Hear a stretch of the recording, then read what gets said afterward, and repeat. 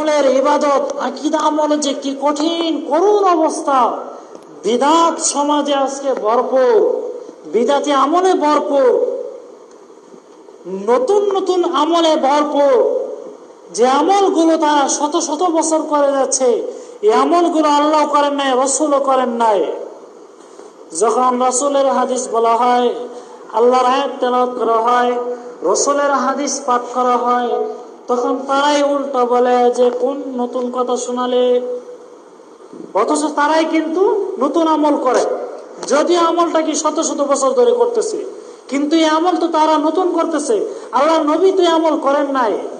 যখন আল্লাহ নবীর কথা বলা হয়, তখন উল্টো তারাই বলে যে এই নতুন কথা কেন শোনালে আমাদের, এটা তো নতুন, এই কথা তো আর শুনি নাই, এই আমল তো আর দেখি নাই, এই হাদিস তো আর শুনি নাই, মনে হয় যেন এটা নতুন হাদিস।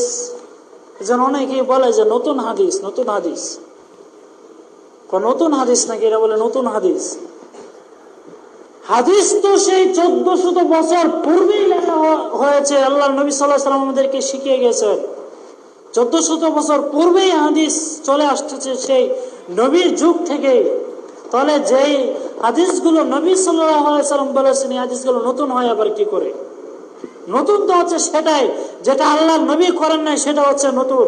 যদি সেটা 1 বছর 2 বছর কেন, শত শত বছর করলেও এটা নতুন। তাহলে নতুনের সঙ্গে আমরা বুঝতে পারলাম যে নতুন হাদিস কারে করে।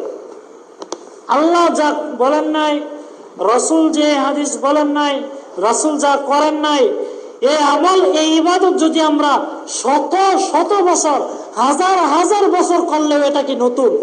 এটা নতুনই থাকবে।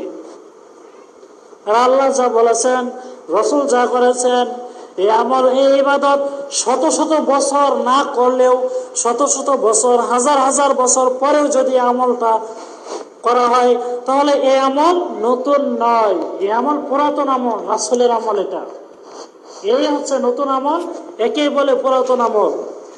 আজকে বাঙালি মানুষ, মুসলিম জাতি নতুন আমল কারে কয় আর পুরাতন আমল কারে কয় এটা সে বোঝে না। হাদিস বললেই কয়টা নতুন হাদিস, নতুন হাদিস করতে গেলাম।